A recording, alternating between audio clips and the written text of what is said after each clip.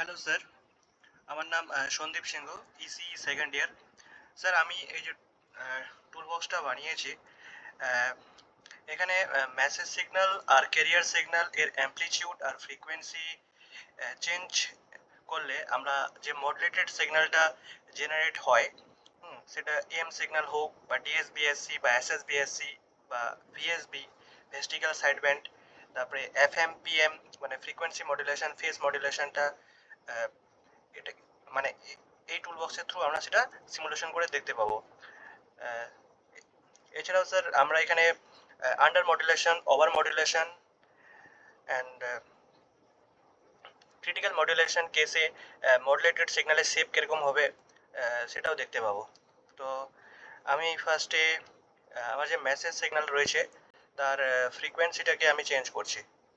তাহলে আমরা দেখতে পাচ্ছি এখন আমার এটা এম সিগন্যাল, এম মডুলেটেড সিগন্যালটা দেখাচ্ছে। আমি যদি এর অ্যামপ্লিটিউডটা চেঞ্জ করি তাহলে আমরা দেখতে পাবো যে মডুলেটেড সিগন্যালটা ঠিক কীরকম দেখাচ্ছে। ক্যারিয়ার সিগন্যালে যদি আমি ফ্রিকোয়েন্সি চেঞ্জ করি তাহলে আমরা দেখব যে অ্যামপ্লিটিউড যদি চেঞ্জ করি তাহলে আমরা যে মডুলেটেড আউটপুট হচ্ছে সেটা দেখতে পাচ্ছি। সিমিলারলি স্যার আমরা ডিএসবিএসসি সিগন্যালও এখান থেকে চেক করতে পারি।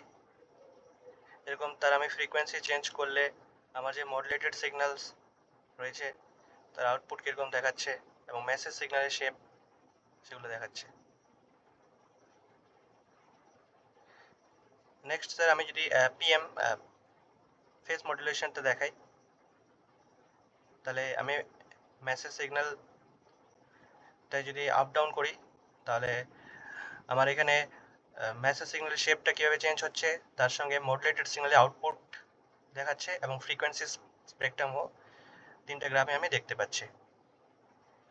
আমি কীভাবে ফ্রিকোয়েন্সি চেঞ্জ করছি স্যার আপনি দেখতে পাচ্ছেন যে আমার যে মডুলেটেড সিগন্যালের আউটপুটটা কীভাবে চেঞ্জ হচ্ছে আর ফ্রিকোয়েন্সি স্পেকট্রাম কীভাবে চেঞ্জ হচ্ছে।